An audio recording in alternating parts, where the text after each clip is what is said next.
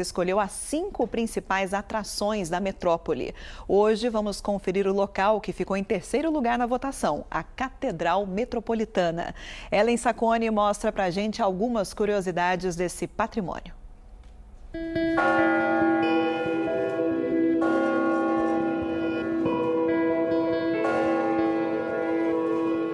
Você sabe o que é uma catedral? Indo mais além, você já entrou em uma catedral? Ainda tem gente que não sabe a diferença do que é entrar numa igreja ou estar numa cátedra. Bora então conhecer um pouco mais das curiosidades desse símbolo da metrópole?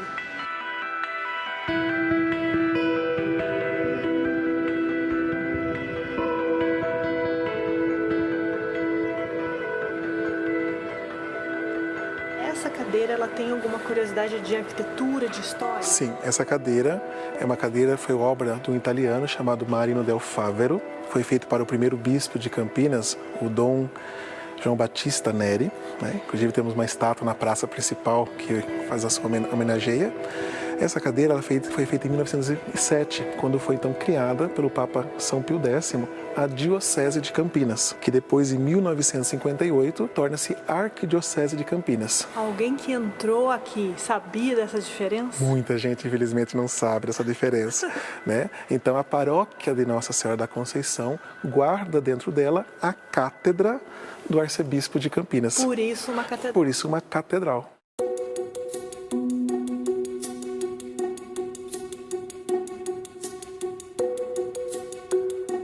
Essa é uma das preciosidades do patrimônio do nosso estado.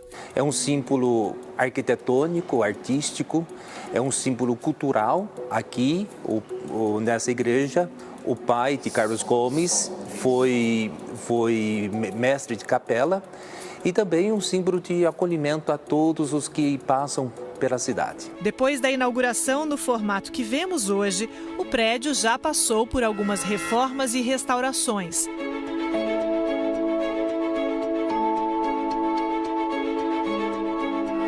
O prédio é tombado pelo Conselho de Defesa do Patrimônio Histórico, Arqueológico, Artístico e Turístico, CONDEFAT, e pelo Conselho de Defesa do Patrimônio Cultural de Campinas.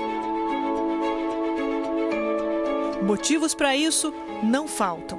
A parte interna é uma galeria de arte.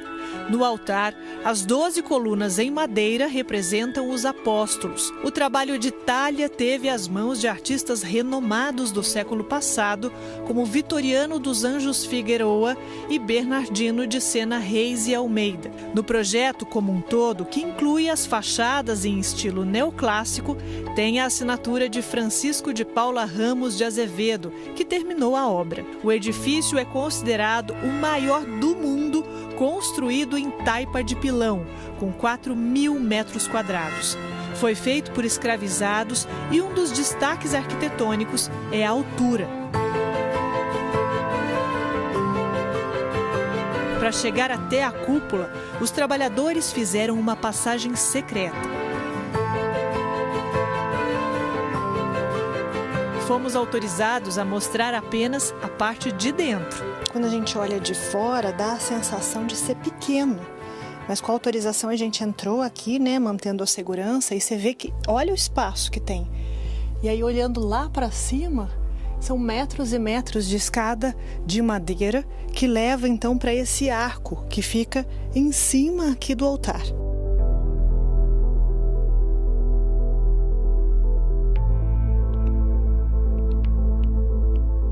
Outra curiosidade do altar é a cripta onde estão enterrados os bispos. É aberta para as visitas turísticas. Ainda no térreo, a porta de entrada carrega a arte nos vitrais. Esse vitral nos conta as 4 verdades de fé sobre Nossa Senhora, os 4 dogmas marianos, né? O primeiro vitral vai nos falar sobre a Imaculada Conceição, o nascimento da Virgem Maria do ventre de Ana.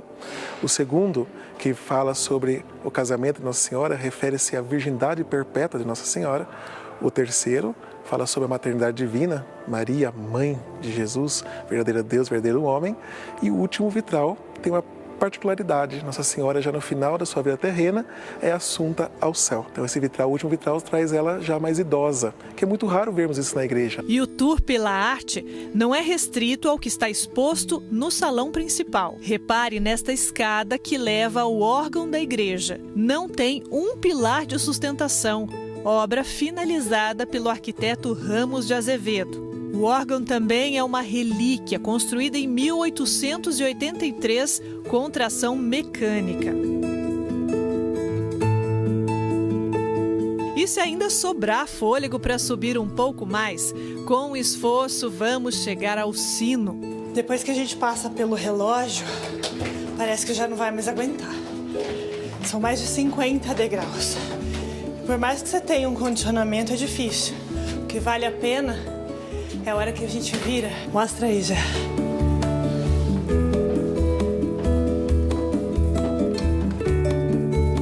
E chegamos bem na hora.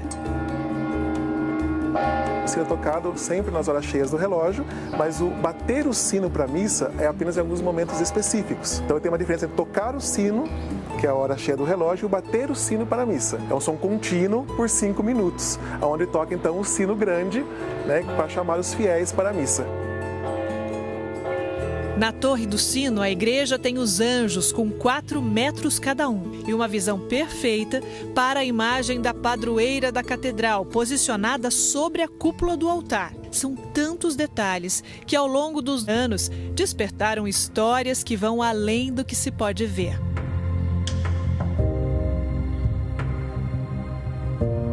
O Tiago foi atraído por essa relação. Desenvolveu pesquisas e tem reunido centenas de pessoas em visitas que compartilham o que aprendeu. Você sabia que Campinas pode se tornar uma das poucas cidades do mundo onde houve um registro da aparição de Maria? Que começa a jornada espiritual da irmã Amália, que foi a pessoa que teve as vidências com Nossa Senhora das Lágrimas. Tudo começa aqui quando ela tem um contato com o próprio Cristo, que pede para que ela tenha um pouco de paciência, porque nesse momento, quando a irmã Amália vem até aqui, ela ainda não tinha se encontrado com um lugar que ela desenvolveria a sua religiosidade. Então ele fala que calma, que o lugar que vai te acolher ainda não foi criado, será criado, e depois de um tempo o Instituto das Missionárias de Cristo Crucificado, organizado aqui em Campinas, e foi lá que ela teve essa experiência que foi modificadora para ela e que pode ser modificadora também para a cidade, que são as visões da Nossa Senhora das Lágrimas. Muita gente vem justamente procurar, além do conforto, entendeu? Esse lugar assim de força, de buscar força, entendeu? Para voltar e dar conta de tudo que acontece lá fora.